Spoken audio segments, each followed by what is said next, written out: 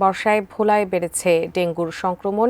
এ বিষয়ে সতর্কতা জারি করেছে স্বাস্থ্য বিভাগ। তবে মশক নিধনে পৌর কর্তৃপক্ষের নেই উদ্যোগ।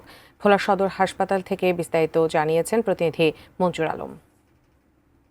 ডেঙ্গু আতঙ্কে ইতিমধ্যেই সারা দেশের মতো ভোলায়ও আতঙ্ক ছড়িয়ে পড়েছে। তো আমরা দেখেছি যে ভোলা সদর হাসপাতালে অধিকাংশ রোগী আসতেছেন জ্বর সংক্রান্ত বিষয় নিয়ে। তো আমরা দেখেছি সদর হাসপাতালে চিকিৎসা সেবা নিয়ে এখানকার যারা চিকিৎসক রয়েছেন তারা অনেকটাই হার্ডলাইনে রয়েছেন এবং তারা ডেঙ্গু বিষয়টিকে গুরুত্ব দিচ্ছেন এবং পাশাপাশি যে করোনার বিষয়টি রয়েছে সেটিও কিন্তু তারা দেখভাল করছেন। তো কথা বলেছি আমরা জেলার স্বাস্থ্য কর্মকর্তার সাথে, তিনি আমাদেরকে জানিয়েছেন যে এখন পর্যন্ত জেলায় গত এক সপ্তাহে 4 জন ডেঙ্গু রোগী আক্রান্ত হয়ে সদর হাসপাতালে ভর্তি রয়েছে। আপনাকে আরেকটু জানিয়ে রাখতে চাচ্ছি যে দেশের ভিতরে সবচেয়ে বেশি ঝুঁকিপূর্ণ এলাকা কিন্তু বরিশাল বিভাগ। সেক্ষেত্রে ভোলা কিন্তু একটি দ্বীপ জেলা, এখানকার স্বাস্থ্যসেবার জন্য একমাত্র ভরসা হচ্ছে এই সদর হাসপাতাল। তো সেই সদর হাসপাতালে পর্যাপ্ত পরিমাণে চিকিৎসা সেবার সংকট রয়েছে, এখন পর্যন্ত ডাক্তার সংকট রয়েছে এবং ডেঙ্গু প্রতিরোধে সকল ধরনের প্রস্তুতির কথা জানিয়ে রাখলেও এখন পর্যন্ত দৃশ্যমান আমরা ওরকম কিছু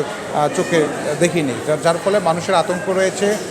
রোগীরা জানিয়েছেন যে আসলে এখানে চিকিৎসা নিতে আসলে ঘন্টার পরে ঘন্টা তাদের ভোগান্তির মধ্যে পড়তে হয়। গেল 3 দিনও এখানকার যারা ডেঙ্গু রোগে আক্রান্ত হয়ে সদর হাসপাতালে ভর্তি রয়েছেন তারাও কিন্তু নানা অভিযোগ করেছেন। তো সব মিলিয়ে বলতে গেলে যে ডেঙ্গু প্রতিরোধে এখন পর্যন্ত ভোলা দ্বীপ স্বাভাবিক রয়েছে এবং আতঙ্ক কিছুটা মানুষের মধ্যে থাকলেও জ্বর সংক্রান্ত বিষয়টি একটু বেশি রয়েছে এখানকার মানুষের মধ্যে। তো আমার কাছে এই ছিল ডেঙ্গু নিয়ে ভোলা থেকে সর্বশেষ তথ্য।